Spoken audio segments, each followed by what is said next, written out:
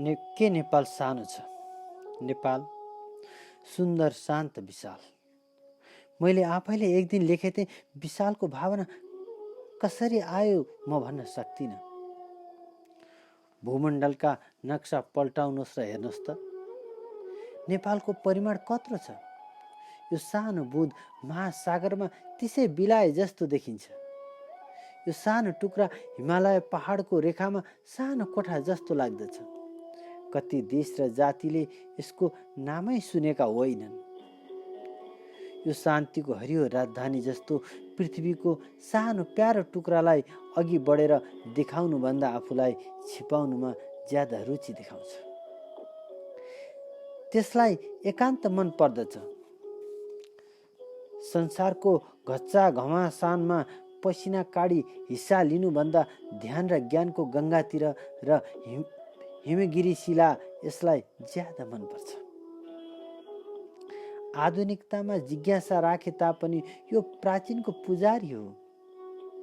आजसम्म लुकामारी खेलेर हिजोको सुनौलो प्रभातको सपना देख्न चाहन्छ। सानो छ तर स्वर्ग छ। अल्प छ तर आँखो छ, खुट्टा छ तर आफै विश्व छ। दूर छ तर दूरताको दिव्य जादु। यो भारत माताको मुटु फेला पार्ने थोरै छन्, किनकि यो पर्वत स्तनको भित्र गहिराइमा छिपेको छ। हिरा सानो हुन्छ, मोती सानो हुन्छ, मणि सानो हुन्छ, मिष्टभाषी निर्मल शिशु सानो हुन्छ, आँखाको नानी सानो हुन्छ। मुटुको केन्द्रको झल्का झन् सबैभन्दा सानो हुन्छ।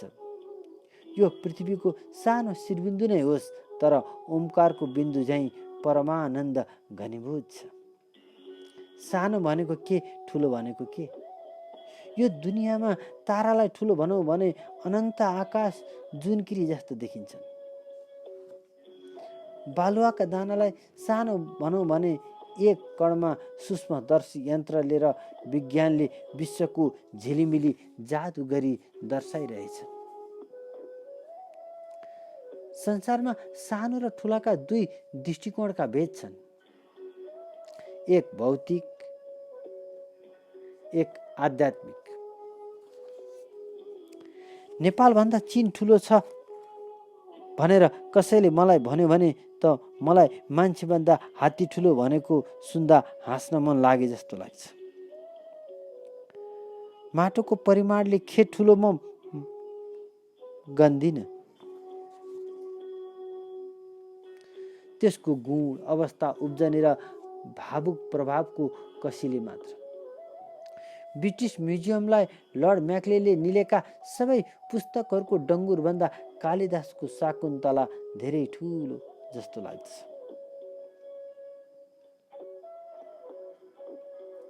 धत, नेपाली पनि पढ्नु।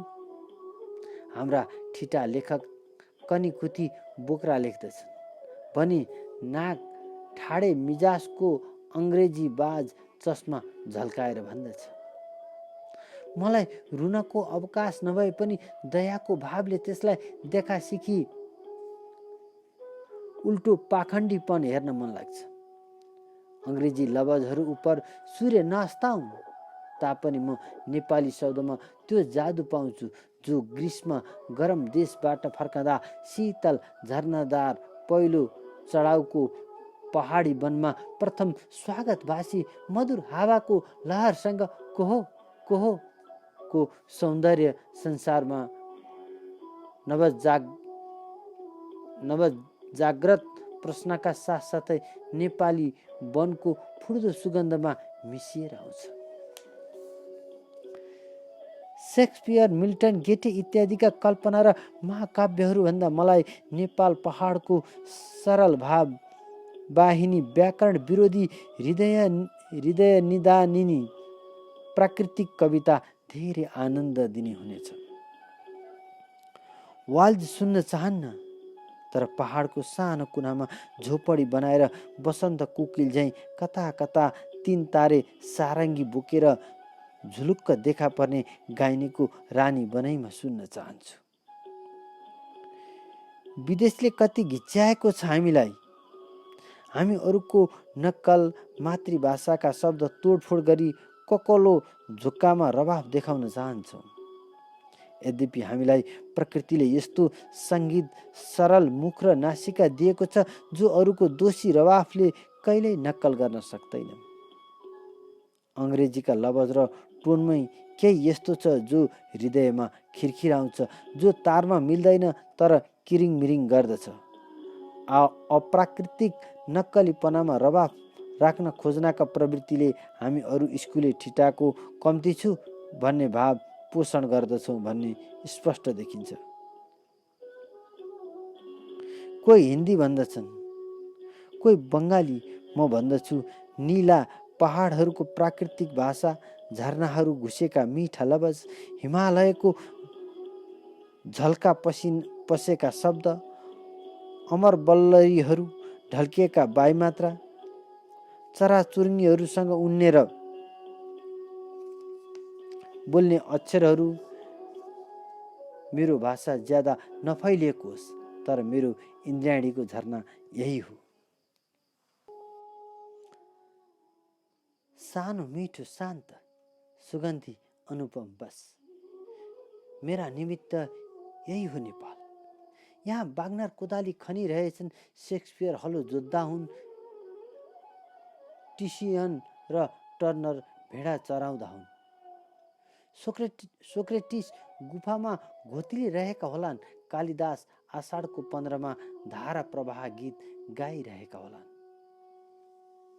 म कहाँ सान्डोले दाउराका भारी बोकेर ल्याउँछन्, मेरो वनमा हेलेन केलरहरू गीत गाउँछन्। यहाँ कति सावित्रीहरू छन् जसका कथा संसारले सुनेकै छैन। यहाँ कति साहित्य छ जो लेखिएकै छैन, न लेखिनेछ। नालाहरूका प्राकृतिक वेद बुझ्ने आजकल कति हृदय होलान्। यहाँका सूर्योदयका सुनौला दृश्य कान्तिपुरीमा के जान्ने छैनन्। के साना चराहरू हृदयाकाशमा अमर बेली कुञ्ज बोल्दैनन्? के गुलाबको छातीमा टप्केका रजनी घनीभूत मोती दाने शीतलभ जस्ता प्रेमका कणहरू जो मभित्र खँदिलो भइरहेछन्, के ती साना छन्? सच्चा आर्य भावना जसलाई भनिन्छ, त्यस्ता मानव भावनाहरू उत्पादन गर्न सक्ने र हर हमेशा हृदयमा देव संस्कार जागरण गर्ने बागमती ट्विन तरल निर्मम शिशु तरङ्गहरूको मनोहर कलकली पवित्र शैशवावस्थाको शान्त तरल भाव प्रवाहमा खेलाएर राख्ने भूमि यदि संसारमा कुनै छ भने नेपाल छ। किनकि यहाँ कारखानाको धुवाले दूषित वायुमण्डलमा सभ्य माकुराको जालो जस्ता तरङ्गहरू खेल्न पाउँदैनन्।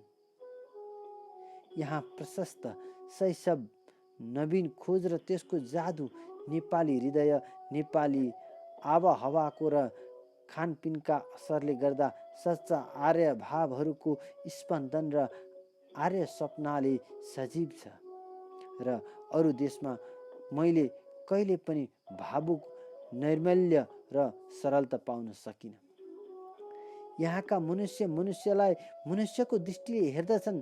सभ्य मानी देशहरूमा मनुष्यलाई हिंस्रक जन्तुको दृष्टिले हिंस्रक जन्तुलाई हेरे झैँ हेर्दछ। जो नेपाली होइन र नक्कलपन चाहन्छ उसलाई सरलता राम्रो लाग्दैन। पहाडका शिशुहरू सन्तोष अनुभव गर्दछन्। मैदानका ताता मगजहरू खाली असन्तोषमा उम्लिरहेछन्। जहाँ नेपाली नजर देवता देख्दछ वहाँ अरूको नजर ढुङ्गो देख्दछ। प्रकृतिमा ईश्वर लीला देखेर स्वदेशी हृदय गदगदाउँछ। त्यहाँ विदेशी खाली विज्ञानको अँध्यारो भुल भुलैयामा बस्दछ। यहाँ ईश्वरका झल्का झल्की जताततै छरिएका छन्। ज्ञान विवेकको अँधेरीमा पाइन्न। विज्ञानभन्दा ज्ञान मूल्यवान छ। मान्छे जडमा अन्ध यन्त्र लगाएर अन्धो विवेकले बोक्रे नियम पत्ता लगाउनमा आफ्नो गौरव सम्झँदैन।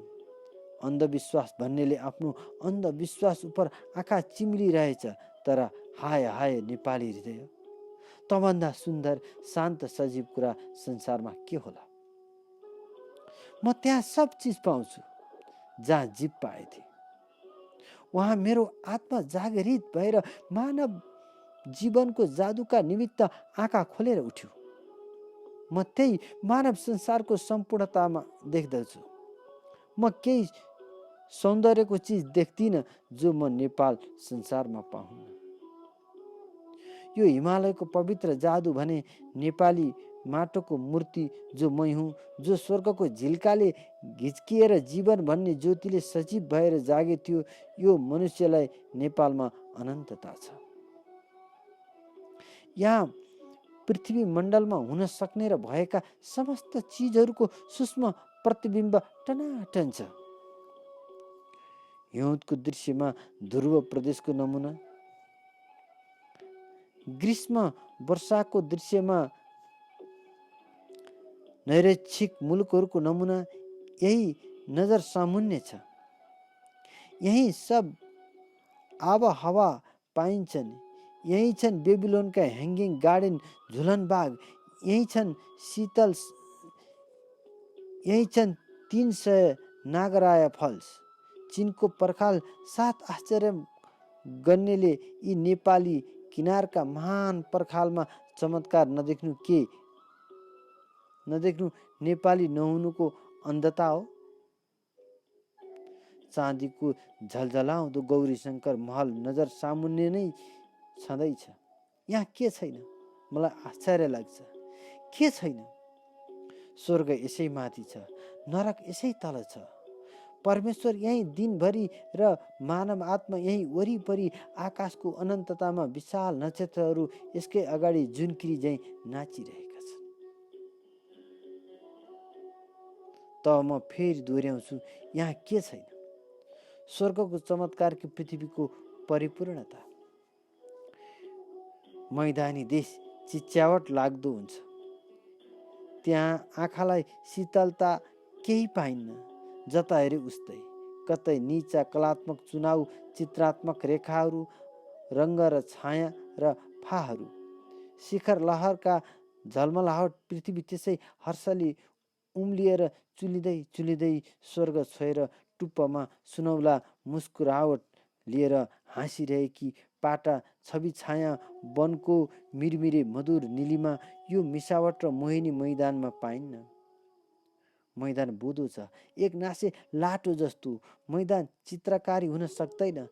तस्बिरको भुइँ जस्तो हुन्छ जसबाट सच्चा तस्बिर झिकिदिएको छ। तर पहाडी देशको दृश्यमा विभिन्नताको माधुरी छ।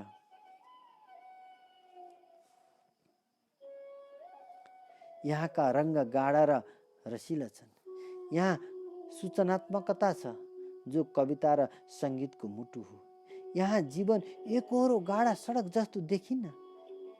यहाँ औपन्यासिकता छ, कतै उचाइ कतै निचाइ, चढ्नाको जादु, हेर्नाको मोहनी, सुन्नाको माधुर्य। भारत मैदान पहाडको माटोले उब्जनीको सेखिमसम्म गर्दछ, तर रित्तो पेट बिछ्याए जस्तो मात्र छ। यहाँ हरेक पटमा सच्चा चित्रकारी छ।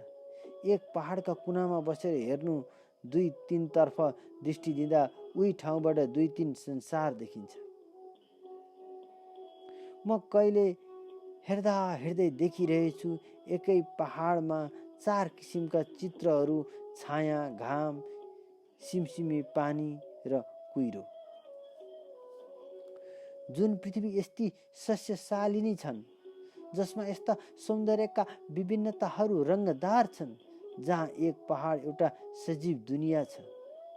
चरा, मृग र बाघहरूले परिपूर्ण संसार, जसलाई हेर्दा मानव मुटु विचित्र त्रासले ढक्क फुल्दछ। जहाँ ढुङ्गाका चाँदी जिब्रा छन्, झ्याउका मोती छरिएका छन्, जहाँ नालामा दिव्य भाषण, जहाँ पत्रहरू सजीव दुनियाँका हलचल झैँ हमेसा बोलिरहेछन्, जहाँ प्रकृति रङ्गका दृश्य चित्र रची रङ्ग रोशनी परेका कुशलता प्रदर्शन गरिरहेकी छन्, जहाँ लहराहरू राष्ट्रिय झन्डा झैँ प्राकृतिक प्रकालमा फरफराइरहेछन्। अनेकौं फुलहरूले सुशोभित बनेर जहाँ सर्वोच्च हिमालय शासन गरिरहेछ, के त्यहाँका मनुष्यका कल्पनामा बाल रेखा चित्र र कार्यहरू बनिरहेका होइनन्? मलाई किन किन यस्तो लाग्छ कि हिमालयको विशाल उचाइको नजिक रहेको जति तिनको गौरव र तिनको उच्चतासँग भित्रभित्र गाँसिएको हुन्छ, सस्याढ्य भूमिका पुत्रहरूका मगजमा उब्जनी प्रतिभा हुन्छ र उनका कल्पना चित्रहरू विपिन प्रचुर हुन्छन्। ज्यादा जसो कविहरू फुलबारीको नजिक जन्मन्छन्। ज्यादा जसो कविहरू फुलबारीको नजिक जन्मन्छन्। महापुरुषहरू पहाडको नजिक दुधमुखे शावकहरूमा चेहराहरूले मान्छे धेरै जसो साधु बन्दछन्। बाघ पाल्ने वनका नजिक वीरका झुलुङ्गालाई प्रकृति माताले हल्लाइरहेकी हुन्छन्। धेरै चराहरू बोल्दो देशसँग म कविताको सम्बन्ध देख्दछु। वनका गम्भीर गोधुलीमा मलाई विवेकको अँधेरी र ज्ञानको पूर्ण उज्यालो दोसाँधमा रहने भावनाहरू व्यक्त हुँदै आउँछन्। म नेपालमा हुँदा वनकालीमा आनन्द पाउन सक्दछु, तर कलकत्ता जाँदा बिर्सन्छु। पहाड र गानाको नित्य सम्बन्ध छ, जस्तो वाक र अर्थको। स्वर्ग बस्छन्छ त्यही। पहाडी अविरल झरझरको सङ्गीतद्वारा भावना दोष सुधार हुन सक्दछ, किनकि सङ्घर्ष विकृत मानव हृदयहरूका प्राथमिक सुर मिलाउने प्रभावहरू त्यहाँ पाइन्छन्। यी पातहरू सब हरिया भाव बन्दैछन्, यी सरसर हृदयमा दगुर्दैछन्। त म विशाल किन नलेखौँ? विशालको भावना हिमालयको श्वासमा थियो। पहाडहरूको नीलो रङ्गमा, प्रकृतिको प्रचुर उदारतामा, अनेक नन्दनहरूको चिरबिरमा प्रेमको भूमि, आत्माले रोजेका आनन्द र अन्वेषणको आफ्नो विश्व, जहाँ म पशुभावको मनुष्यबाट पुरा मनुष्य भएर विकसित भइरहेछु, जसलाई शैशव सम्पूर्ण अनन्त सम्झन्थ्यो। म यसको मार्मिक अंश बनेर बिउझेको थिएँ। यसको तातो तातो गुलाबी कलिलो चैतन्य। जब पहाडको पिपलको गानादार बोटमुनि म बसुँ, तब मलाई विशालताको चैतन्य स्फुरण हुन्छ। जब म वनकालीमा गएर एकछिनसम्म मौन आनन्दमा टोलाउँछु, तब म साथीलाई भन्दछु, आहा, क्या विशाल भावना मलाई फुरेर आयो।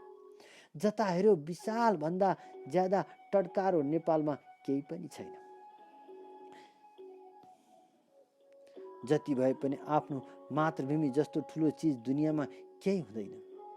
हाम्रो हृदयको स्नेह सानो केन्द्रमा तीव्रता लिँदो रहेछ, जस्तो घामको स्वभाव छ। जति क्षेत्रफल बढायो उति पतलाउनु प्रेमको प्रवृत्ति रहेछ, जस्तो ख्याल हुन्छ। म विश्व प्रेम मातृभूमिमा सिक्दछु, न कि विश्वमा। मातृभूमि प्रेम नेपालको महत्त्व मेरा मगजका गिर्खाहरू थाहा पाउँछन्। हृदयमा हौ झिलिक्क झिलिक्क नेपाल। म विश्वको अनन्त दूर कुनामा अहिलेको भएको भए त को होस् भन्ने कुनै भ्रमणप्रिय गन्धर्वको प्रश्नलाई म उत्तर दिन्थेँ, नेपाल।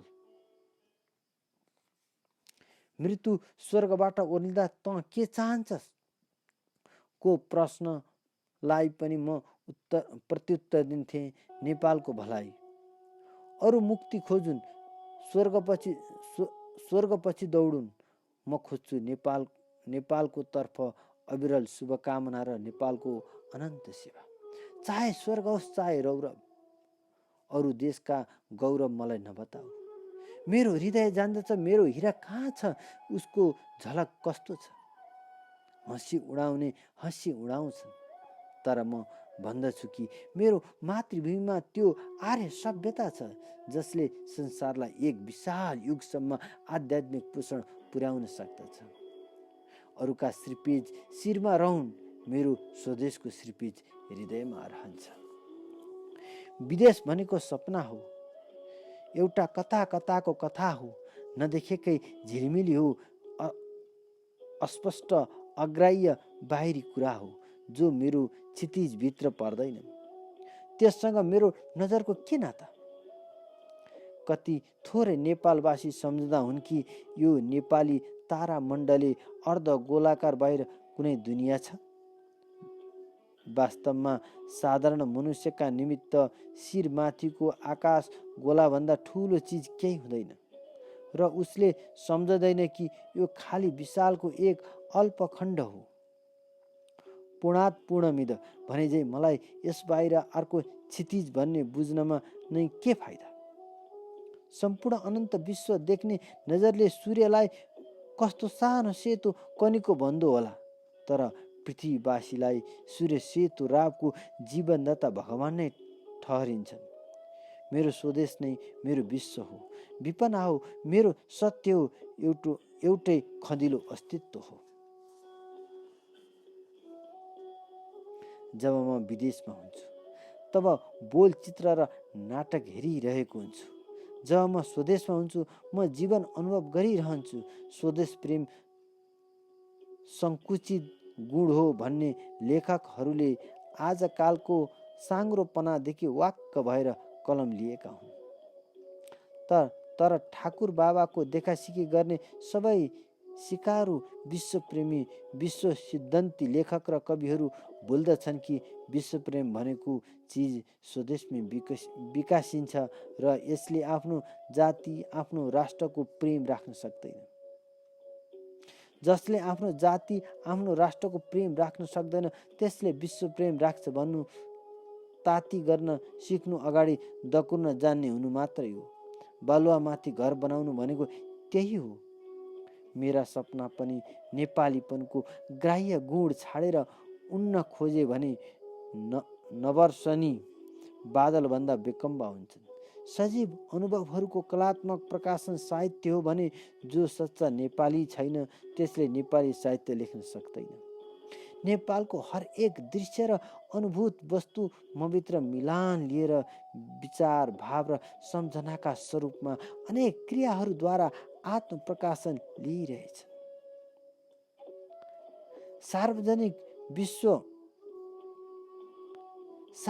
विश्व सत्यात्मक जाति कल्याणकारी तत्त्वहरूका सम्बन्धको आधारमा म लेख्दिन। लेख्ने नेपाल हो, म बोल्ने नेपाल हो। मेरा विचार होइनन्। नेपालका अनुभूति गम्य दृश्य र सभ्य सामग्रीका प्रभावहरू हुन् खाली मभित्रको अमर तत्त्व। यी सामग्रीहरूद्वारा नवीन झल्का र सन्देश पाउँदै आफ्नो सेवाको मार्गमा चलिरहन्छु।